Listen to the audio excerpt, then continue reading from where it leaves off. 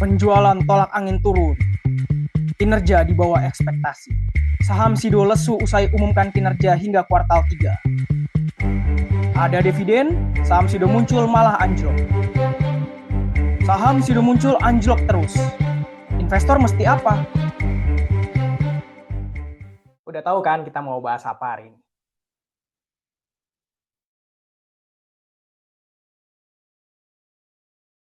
Sido muncul. Nama yang pastinya udah nggak asing lagi di telinga kita. Tahukah kalian, kalau Sido muncul itu memiliki sejarah yang sangat panjang hingga bisa menjadi perusahaan besar seperti sekarang ini. Kisah Sido muncul dimulai oleh pasangan suami istri, Bapak Siem Tiam Hee dan Ibu Rahmat Solistyo. Pada mulanya, pasangan ini merupakan pemilik usaha pemerahan susu sapi bernama Melkri di daerah Ambarawa, Semarang, Jawa Tengah.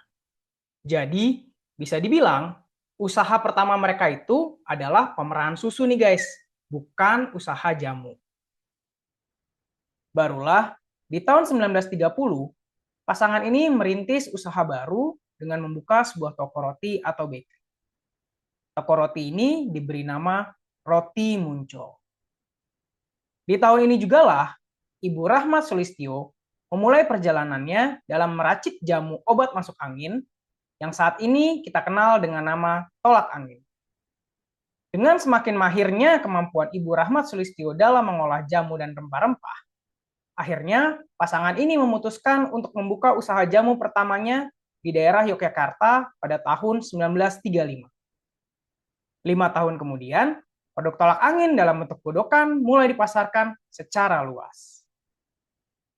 Dengan semakin berkembangnya bisnis jamu yang dimiliki oleh pasangan ini, akhirnya di tahun 1951 mereka memutuskan untuk mendirikan perusahaan sederhana yang diberi nama Sido Muncul, yang artinya impian yang terwujud atau wish come true. Gimana guys? Keren banget ya makna dari nama Sido Muncul ini. Lalu, di tahun 1975, mulai dibentuklah sebuah PT atau perseroan terbatas yang diberi nama PT Industri Jamu dan Farmasi Sido Muncul. Jadi baru tahun ini nih guys, Sido Muncul itu resmi menjadi PT. Sebelumnya Sido Muncul ini masih menggunakan bentuk CV. Sekitar 22 tahun kemudian, tepatnya di tahun 1997, Sido Muncul mulai membangun pabrik jamu modern pertamanya di daerah Ungaran, Semarang, dengan luas mencapai sekitar 30 hektar. Barulah di tahun 2000, pabrik modern Sido Muncul ini diresmikan dan mulai beroperasi. Dengan semakin berkembangnya usaha jamu yang dimiliki oleh Sido Muncul, di tahun 2004, perusahaan ini sudah memproduksi lebih dari 250 jenis produk yang dikenal luas oleh masyarakat Indonesia, seperti tolak angin, Kuku Bima Energi, dan Alang Sari Plus.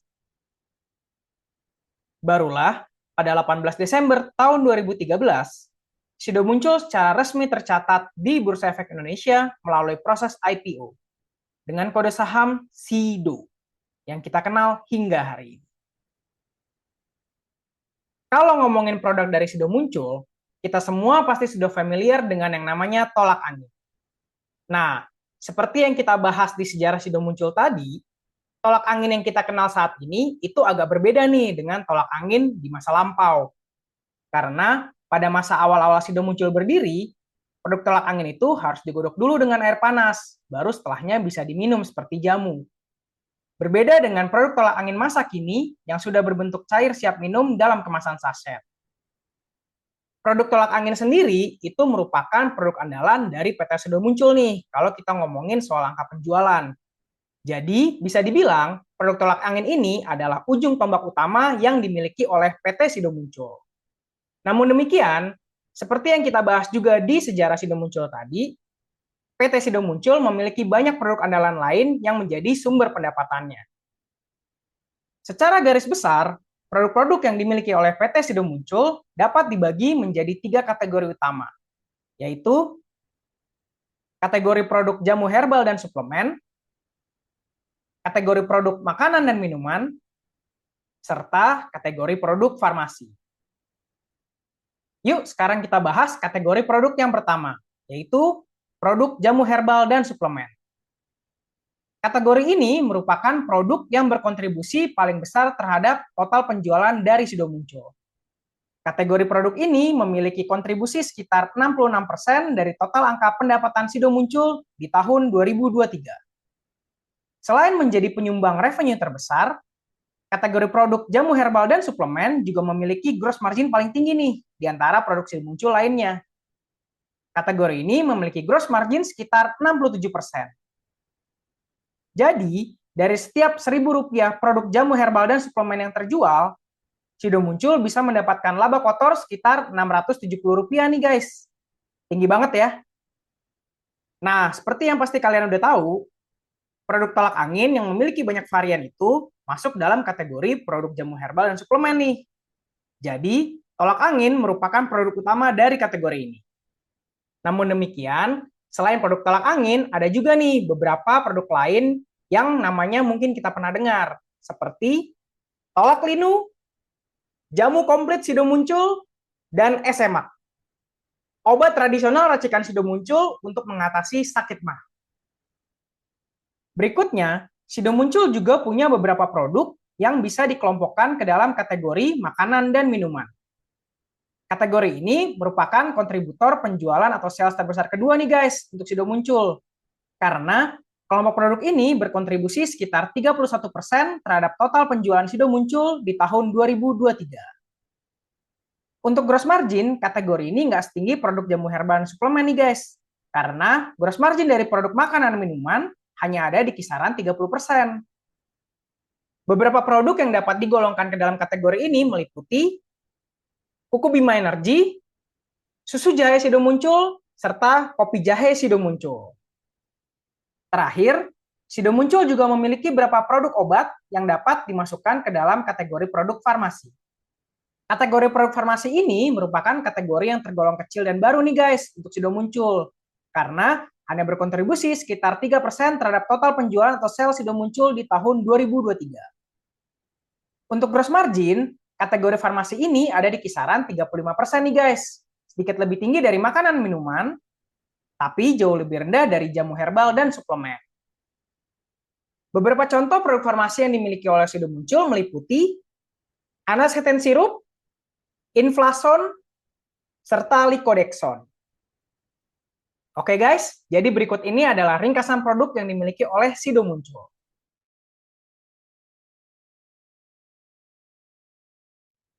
Sebelum kita masuk ke pembahasan mengenai turunnya harga saham Sido Muncul, ada beberapa fun fact nih yang perlu kalian tahu terkait dengan tim manajemen perusahaan ini.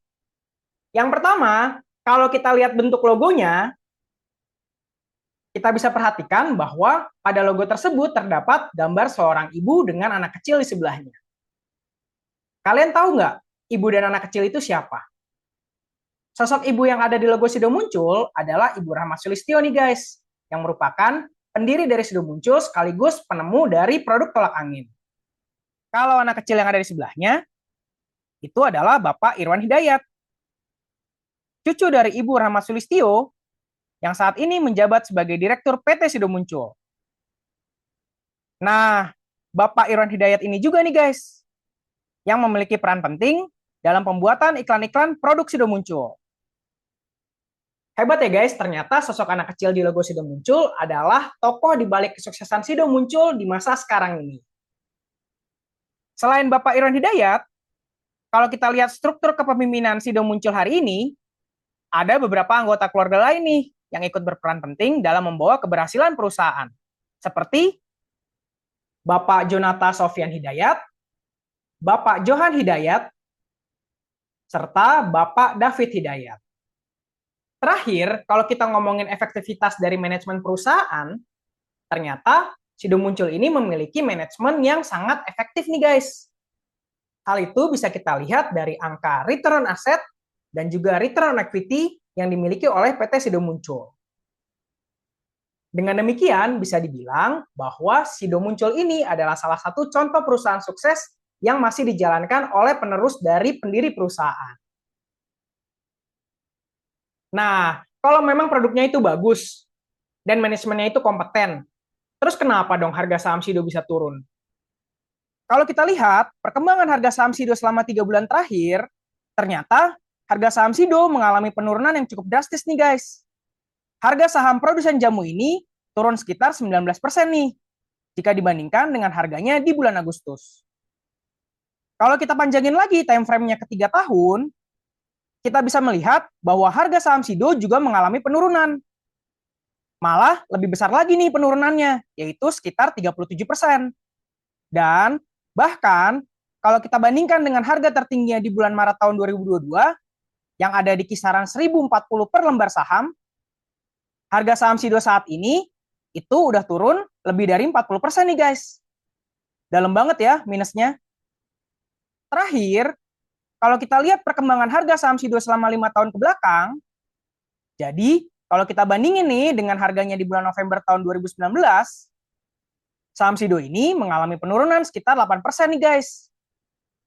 Dengan demikian, bisa dibilang bahwa harga saham Sido ini memang nggak kemana-mana selama 5 tahun terakhir. Jadi, kira-kira apa nih yang mengakibatkan penurunan harga saham Sido? Kalau menurut pendapat saya, ada 3 faktor utama nih yang menyebabkan tren penurunan harga saham Sido belakangan ini. Faktor yang pertama adalah karena adanya penurunan ekspektasi profit. Jadi, kalau kita lihat laporan keuangan Sido muncul yang terakhir, yaitu laporan keuangan untuk kuartal 3 tahun 2024, sebenarnya kinerja Sido muncul ini nggak mengalami penurunan, guys. Yang ada malah mengalami peningkatan. Kalau kita lihat angka penjualan Sido, kita bisa dapati bahwa penjualan Sido ini mengalami peningkatan sekitar 11% nih jika dibandingkan dengan laporan kuartal 3 tahun lalu. Begitupun angka profitnya. Kalau kita lihat nilai EPS atau earning per share dari Sido, kita bisa dapati bahwa nilai laba per lembar saham Sido itu mengalami peningkatan sekitar 32% nih jika dibandingkan dengan periode kuartal 3 tahun lalu. Jadi kalau begitu apa dong yang dimaksud dengan penurunan ekspektasi profit? Yang saya maksud dengan penurunan ekspektasi profit di sini adalah turunnya forecast atau prediksi dari analis terhadap nilai profit dari Sido di masa mendatang. Jadi, bukan profit realnya yang turun, melainkan ekspektasi analisnya yang mengalami koreksi ke angka yang lebih rendah. Misal aja nih, kalau kita buka aplikasi Stockbit, di sini kita bisa melihat berapa sih nilai EPS yang diprediksi oleh analis untuk tahun 2024. Kalau kita perhatikan, ternyata banyak analis yang memprediksi bahwa EPS Sido untuk tahun 2024 itu ada di kisaran 38 nih guys. Sedangkan kalau kita lihat pencapaian Sido hingga akhir September, nilai EPS-nya itu baru mencapai sekitar 25,94. Ya, kurang sedikit lah dari 26. Oleh karena itu, untuk mencapai angka EPS 38, Sido harus membukukan profit sebesar 360 miliar nih di periode bulan Oktober hingga Desember tahun 2024. Apakah itu mungkin dicapai? Kalau pendapat saya sih sebenarnya mungkin aja. Cuma seperti kita tahu, produk andalan dari Sido adalah tolak angin, yang penjualannya itu tinggi saat musim hujan, tapi tidak di musim kemarau. Nah, makanya karena sampai akhir Oktober kemarin itu masih belum terlihat datangnya musim hujan, banyak analis yang akhirnya menurunkan prediksi IPS Sido nih di kuartal 4 tahun ini. Gitu guys. Jadi yang turun itu adalah ekspektasinya, belum tentu real profitnya. Berikutnya, selain karena penurunan ekspektasi profit, faktor lain yang menyebabkan penurunan harga saham Sido adalah karena adanya penurunan valuasi market nih terhadap saham produsen jamu ini. Kalau kita perhatikan data PE atau price to earning ratio dari Sido di hari ini, kita bisa lihat bahwa PE ratio Sido itu ada di sekitar angka 14. Angka ini jauh lebih kecil daripada PE ratio Sido di tahun 2022 nih. Di tanggal 20 Maret tahun 2022, persis ketika harga saham Sido ini berada di kisaran titik tertinggi atau all time high-nya, PE ratio Sido itu ada di angka 27,6. Jadi, ketika harga saham Sido itu ada di kisaran 1000, PE ratio-nya ada di kisaran 27 nih, hampir 28. Sedangkan pada hari ini, di mana harganya cuma di kisaran 570, PE ratio Sido hanya sekitar 14. Bisa dibilang, PE ratio Sido hari ini itu adalah sekitar setengah dari PE ratio pas harganya itu ada di kisaran 1000. Hal yang sama bisa kita perhatikan dari angka price to book value atau PBV ratio yang dimiliki oleh saham Sido. Kalau kita lihat, pada hari ini, saham Sido itu diperdagangkan pada valuasi PBV sekitar 4,7 nih. Angka ini jauh lebih kecil daripada PBV ratio Sido di tahun 2022 kemarin. Di bulan Juni tahun 2022, ketika harga saham Sido ini masih ada di kisaran titik tertinggi atau all time high-nya, yaitu di kisaran 1000 per lembar saham, PBV ratio Sido itu ada di angka 9,7 nih, nyaris 10. Sedangkan pada hari ini, di mana harganya itu cuma ada di kisaran 570, PBV ratio Sido hanya sekitar 4,7. Jadi, bisa dibilang, saham Sido hari ini, valuasi PBV-nya adalah sekitar setengah dari valuasi PBV ketika harga sahamnya ada di kisaran 1000. Dengan demikian, bisa kita simpulkan bahwa turunnya harga saham Sido belakangan ini memang diakibatkan oleh penurunan valuasinya, baik itu PE ataupun PBV ratio. Terakhir, tren penurunan harga saham Sido juga dipengaruhi oleh sentimen dari para pelaku pasar. Sentimen ini berhubungan erat dengan dua faktor yang sudah kita bahas sebelumnya. Pertama, Sido Muncul memang mengalami penurunan profit selama 2 tahun berturut-turut. Jadi, profit tertinggi Sido Muncul ini adalah di tahun 2021 nih, yang angkanya adalah sekitar 1,26 triliun rupiah. Sedangkan di tahun 2022 dan 2023, profit Sido Muncul konsisten mengalami penurunan. Hal ini memicu perubahan sentimen market yang tadinya positif atau optimis karena profit Sido meningkat terus hingga tahun 2021 menjadi negatif atau pesimis karena profit Sido turun selama 2 tahun berturut-turut. Kedua, sebenarnya angka valuasi seperti PE ratio dan PBV ratio merupakan cerminan dari sentimen yang ada di pasar saham. Ketika sentimen market itu positif atau optimis, valuasi suatu saham akan ikut mengalami peningkatan. Hal ini bisa kita lihat pada kenaikan PE ratio dan PBV ratio Sido yang terjadi dari pertengahan tahun 2020 hingga awal tahun 2022. Sebaliknya, ketika sentimen market itu negatif atau pesimis, valuasi dari suatu saham akan mengalami penurunan. Hal ini bisa kita lihat pada penurunan PE ratio dan PBV ratio Sido dari tahun 2022 hingga 2024.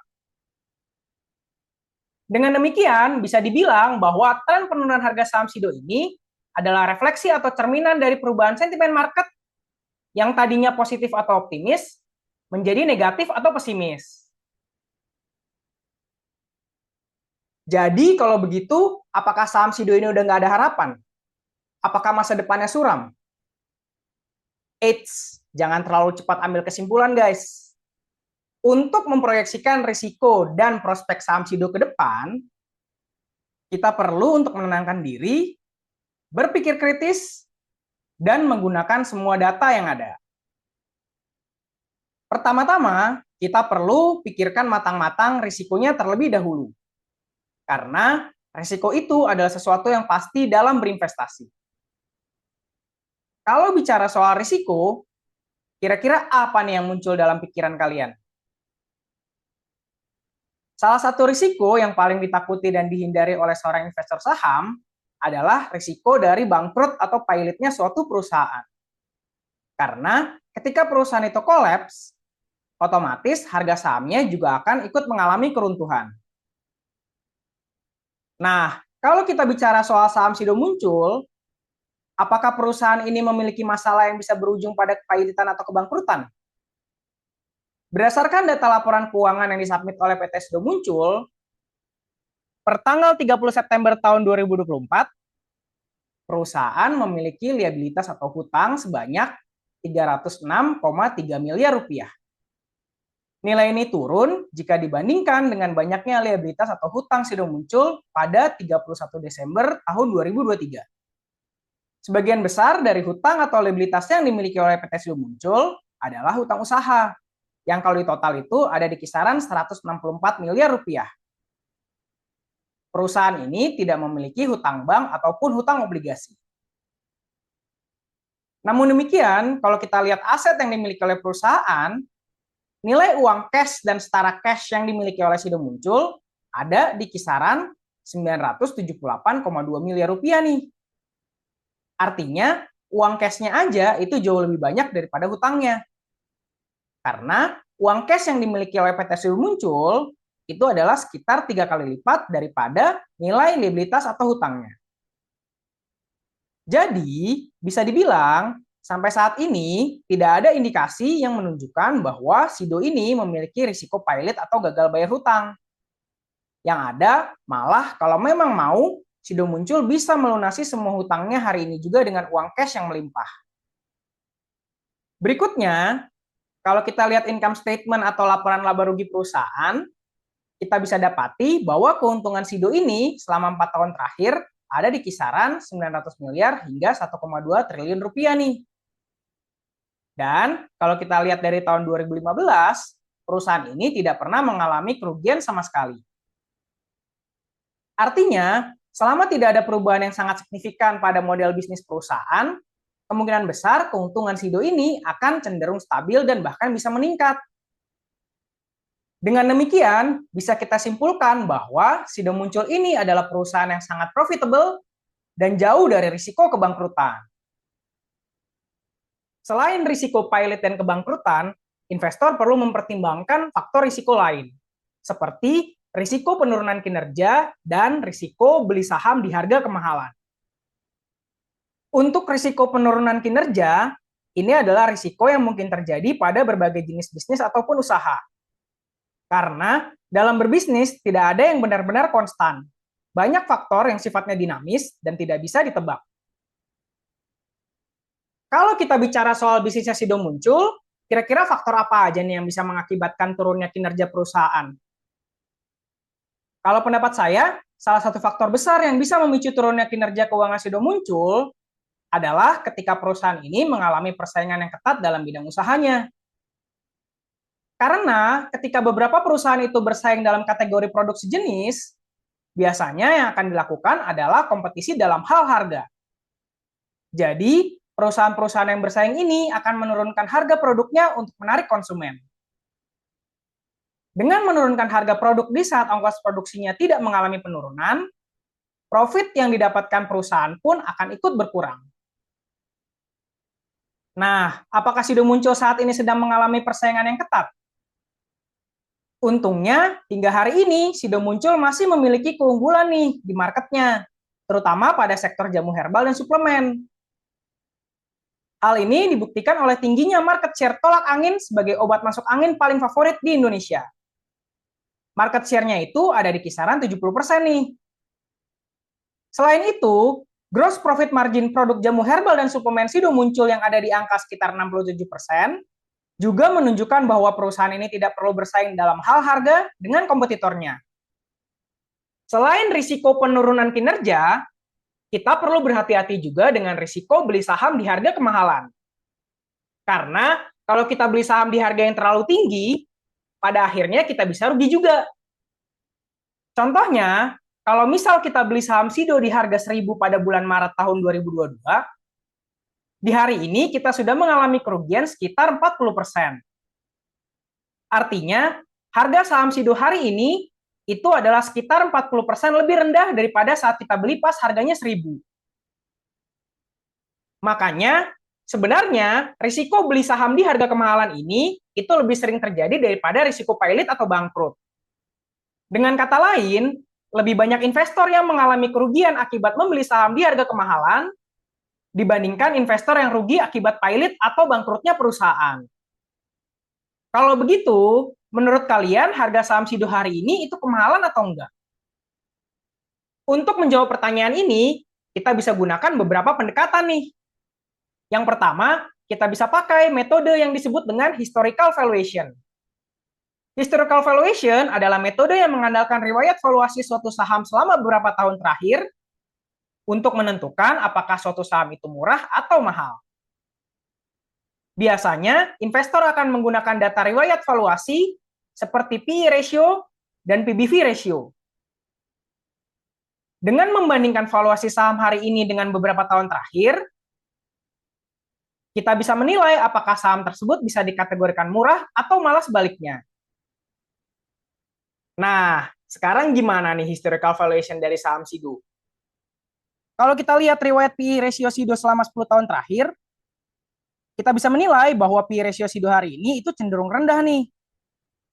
Karena rata-rata PE ratio SIDO itu ada di angka 20. Sedangkan hari ini cuma ada di kisaran angka 15. Artinya, berdasarkan histori PE ratio, harga saham SIDO saat ini itu bisa dikategorikan cukup murah. Selanjutnya, kalau kita lihat juga riwayat PBV ratio SIDO selama 10 tahun terakhir, kita bisa menilai bahwa PBV ratio SIDO hari ini itu bisa dikategorikan sedang-sedang aja nih. Karena angka PBV ratio SIDO hari ini itu ada di angka 4,7. Sedangkan rata-ratanya selama 10 tahun terakhir itu ada di kisaran 5. Artinya, berdasarkan histori PBV ratio, harga saham SIDO saat ini nggak bisa dibilang murah, tapi nggak bisa dibilang mahal juga. Ya, fair value lah.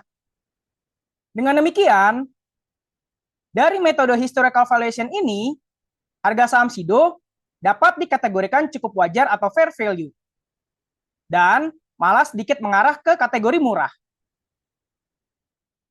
Selain historical valuation, untuk menentukan apakah suatu saham itu mahal atau murah, kita bisa gunakan metode lain yang disebut dengan relative valuation. Relative valuation adalah metode penentuan harga wajar suatu saham dengan cara membandingkan kinerja dan valuasi saham tersebut dengan saham-saham lain yang sejenis. Jadi, investor akan membandingkan kinerja suatu perusahaan dengan perusahaan-perusahaan lain yang memiliki bidang usaha yang mirip. Yang dicari adalah saham yang kinerjanya itu jauh lebih bagus daripada saham lainnya, tetapi harganya justru lebih murah. Sebaliknya, yang perlu dihindari adalah saham yang kinerjanya itu lebih buruk daripada saham lainnya, tetapi harganya malah lebih mahal. Untuk video kali ini, saya akan membandingkan saham SIDO dengan rata-rata saham sektor kesehatan, rata-rata saham industri farmasi, serta dengan beberapa saham perusahaan yang ada di bidang usaha yang sejenis dengan SIDO, seperti KLB Pharma dengan kode saham KLBF, Daria Varia dengan kode saham DVLA, dan Temposcan Pacific dengan kode saham TSPC. Hal pertama yang akan kita bandingkan adalah profitabilitas perusahaan. Kalau kita lihat angka gross profit margin atau margin laba kotor, ternyata SIDO ini cuma kalah sama DVLA nih. Margin laba kotor SIDO ada di angka 52,5%. Sedangkan margin laba kotor DVLA ada di angka 53,9%. Untuk industri farmasi, gross profit margin rata-ratanya itu ada di angka 31,7%. Dan untuk sektor kesehatan, gross profit margin rata-ratanya ada di angka 31,6%. Jadi, bisa dibilang untuk gross profit margin, SIDO ini jauh di atas rata-rata sektor kesehatan dan industri farmasi, tapi masih sedikit di bawah DVLA. Berikutnya, kalau kita lihat operating profit margin atau margin laba usaha, SIDO muncul memiliki margin yang lebih tinggi daripada yang lainnya. Margin laba usaha SIDO ada di angka 29,7% nih. Sedangkan rata-rata industri farmasi dan sektor kesehatan itu bahkan nggak sampai 10%. KLBF, DVLA, dan TSPC juga memiliki margin laba usaha yang ada di kisaran 8 hingga 10%. Jadi, untuk operating profit margin, SIDO ini sangat jauh di atas rata-rata kompetitornya. Terakhir, kita bisa lihat juga angka net profit margin atau margin laba bersih. Karena pada akhirnya, laba bersih inilah yang bisa dikantongi oleh perusahaan. Rata-rata margin laba bersih untuk industri farmasi ada di angka 3,5%. Sedangkan rata-rata untuk sektor kesehatan ada di angka 5,8%. Lalu bagaimana dengan SIDO? Net profit margin dari SIDO itu ada di kisaran 23% nih guys. Wah, tinggi banget ya, jauh di atas rata-rata industri farmasi dan sektor kesehatan. Kemudian, bagaimana dengan kompetitornya? Kalau kita lihat, KLBF, GVLA, dan TSPC, net profit margin-nya itu bahkan nggak ada yang lebih dari 10%. Dengan demikian, bisa dibilang bahwa dalam hal net profit margin, Sido ini juga sangat jauh di atas rata-rata dan kompetitornya. Setelah profitabilitas, hal yang akan kita bandingkan berikutnya adalah efektivitas tim manajemen perusahaan. Untuk menilai hal ini, kita bisa lihat angka return on asset dan return on equity yang dimiliki oleh perusahaan. Kalau kita perhatikan, angka return on asset Sido ini sangat tinggi nih guys, yaitu sekitar 28,9%.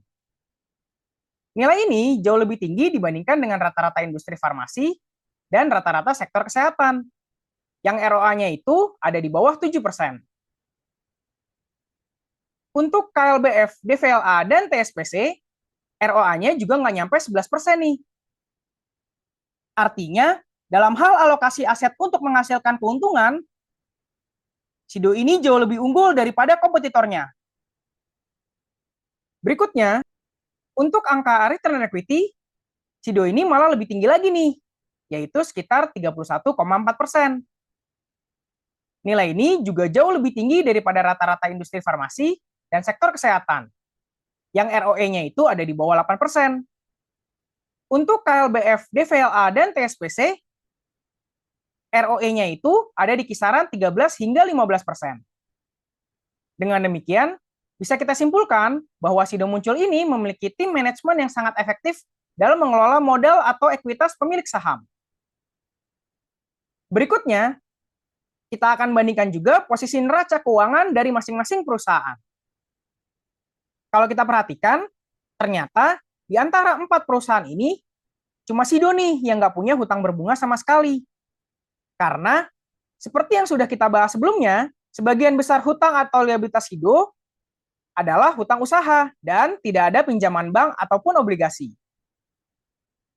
Lalu, kalau kita lihat nilai uang cash dan setara cash yang dimiliki oleh tiap perusahaan, ternyata cuma Sido dan TSPC nih yang memiliki uang cash lebih banyak daripada total liabilitas atau hutangnya. Dengan demikian, bisa kita tarik kesimpulan bahwa Sido Muncul ini memiliki posisi neraca keuangan yang paling sehat di antara kompetitornya. Setelah membandingkan kinerja Sido dengan rata-rata sektor industri dan kompetitornya, berikutnya kita akan bandingkan juga nih valuasinya. Yang pertama, kita akan lihat angka price to earning atau PE ratio. Karena salah satu faktor penting dari suatu saham adalah nilai profitnya. Dengan melihat PE ratio, kita bisa menentukan mahal atau murahnya suatu saham jika dibandingkan dengan nilai EPS-nya. Kalau kita perhatikan, rata-rata PE ratio saham industri farmasi itu ada di kisaran 8 nih. Sedangkan rata-rata saham sektor kesehatan itu ada di kisaran 17 hingga 20. Lalu, kalau kita lihat Sido dan kompetitornya, ternyata Sido ini bukan yang paling mahal guys kalau bicara PE ratio. Yang paling mahal itu justru KLBF. Sido Muncul memiliki PE ratio yang lebih tinggi dari DVLA dan TSPC, tapi masih lebih rendah dari KLBF. Jadi, bisa dibilang, secara perbandingan PE ratio, Sido ini ada di atas rata-rata industri farmasi, tapi masih di bawah rata-rata sektor kesehatan. Berikutnya, kita akan lihat juga nilai price to book value atau PBV ratio. Angka ini penting untuk diperhatikan karena nilai aset yang bisa diklaim oleh pemilik saham itu adalah nilai ekuitas atau book value-nya. Kalau kita lihat sekilas, ternyata nilai PBV ratio dari Sido itu adalah yang paling tinggi nih dibandingkan yang lainnya. Hal ini bisa terjadi karena nilai return on equity Sido itu juga jauh lebih tinggi daripada kompetitornya. Jadi, bisa dibilang, nilai PBV ratio dari Sido adalah yang paling tinggi akibat tingginya nilai ROE perusahaan. Dengan demikian, dari metode relative valuation ini, kita bisa simpulkan bahwa harga saham Sido itu memang tidak murah, tapi bukanlah yang paling mahal. Dan kalau kita bicara kinerja, Sido Muncul ini justru memiliki kinerja yang jauh lebih baik di atas kompetitornya. Oke guys, sampai sini dulu pembahasan kita untuk saham Sido Muncul. Gimana nih pendapat kalian tentang saham Sido? Apakah buy, hold, atau malah sell? Tulis di kolom komen ya alasannya. Jangan lupa buat subscribe channel ini biar dapat update berikutnya. Like juga ya videonya. Sampai ketemu di kesempatan berikutnya.